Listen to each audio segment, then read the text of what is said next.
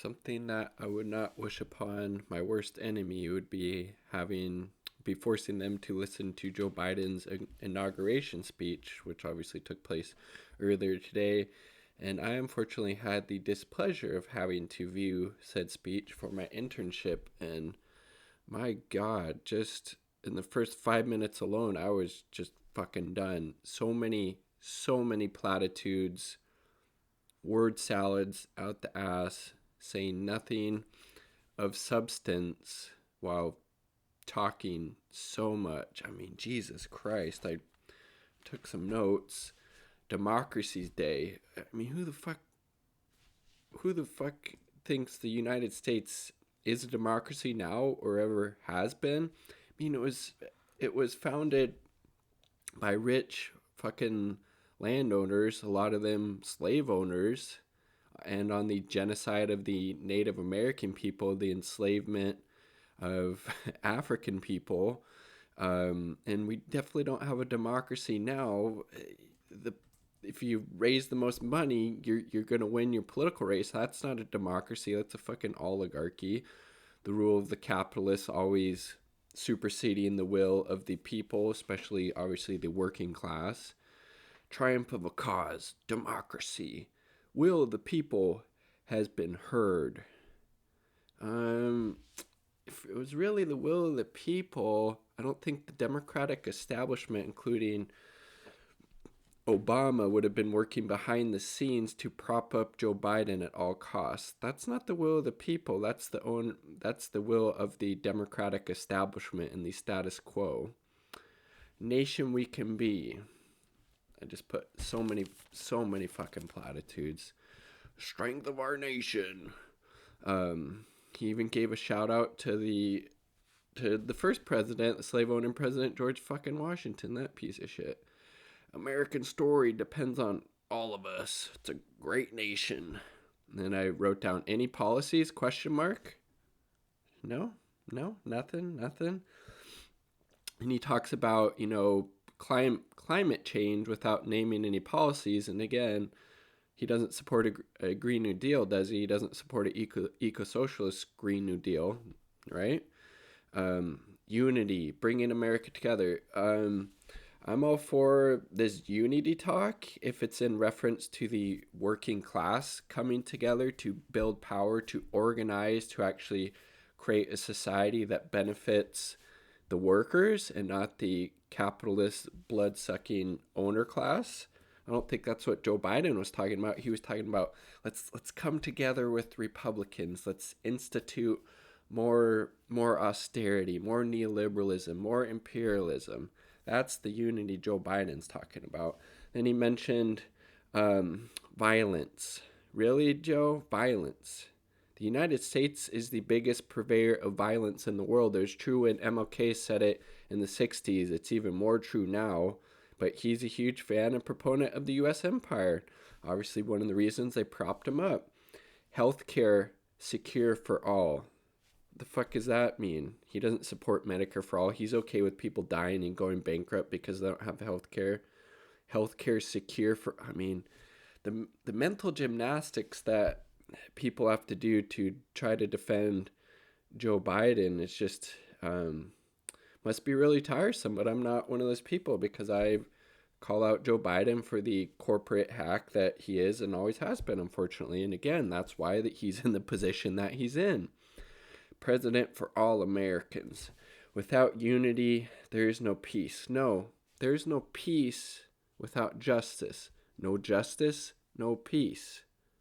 Biden obviously doesn't understand that. He wants to give the fucking cops more money to brutalize poor communities and communities of color. I mean, Jesus Christ. We got to open our souls, Joe Biden said. Show humility, tolerance.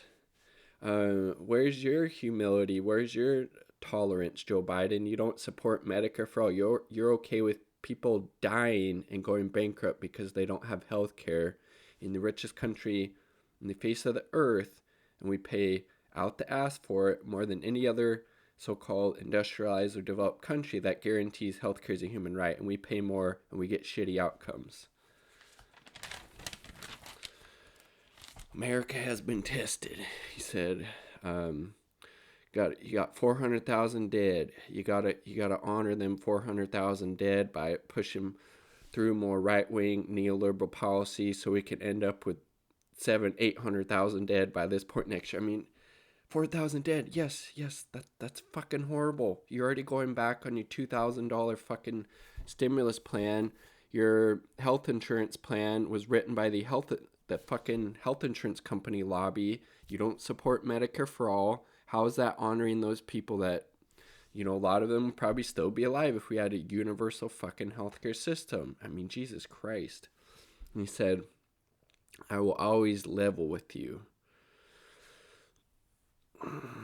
I mean, Jesus Christ.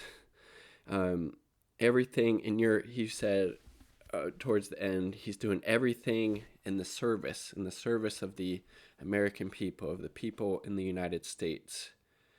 So is it really in the service of the people in the U.S. to continue these regime change operations abroad, U.S. imperialism? His Secretary of State nominees completely on board with continuing the deadly sanctions in Venezuela. I'm referring to Anthony Blinken now. Blinken also a huge proponent of the war in intervention in Libya when it started, still is now.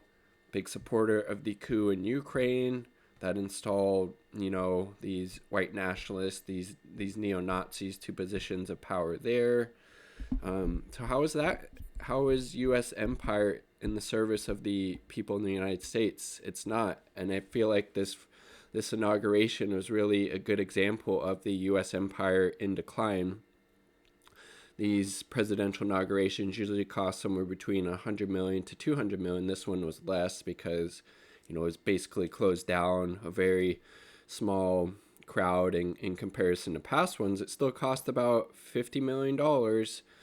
And yet we don't have universal health care. People got one $1,200 check back in March or April, and then a $600 one in December. And people are supposed to live on that during a pandemic. How? Just really shows the empire in decline. We can have this bougie ass inauguration ceremony where tens of millions of dollars were spent on it, while we have skyrocketing rates of poverty, childhood poverty, kids not having enough food to eat, people don't have health care, our climate is in deep crisis. All these tensions are escalating, and yet $50 million on this bougie ass inauguration. I mean, think about that $50 million. Like, just do the fucking thing over Zoom. I mean, who gives a shit, really? Just fucking liberals and people who think just because Trump's out of office, all the problems will go away again. Trump was a symptom. He's not the disease itself. He is what, as Chris Hedges would say, a failed democracy vomits up. Okay? Again, I mean, just the platitudes and the nothing burger sentences, everything in your service, then you'd be for Medicare for all. You wouldn't come out and say you would veto Medicare for all during a pandemic. You wouldn't be going back on your $2,000 stimulus or survival check promise that you campaigned on, that you said you would pass immediately if the Georgia senators, the Democratic senators there won, which they did. I mean, it's just like, Jesus Christ. What kind of drugs or special Kool-Aid do you have to be on or drinking to get any type of entertainment or pleasure out of Joe Biden's inauguration speech? I mean, Jesus Christ. And if you're one of those people that did, I sincerely would love to hear your comments in the comment sections down below. I could go on and on, but again, I've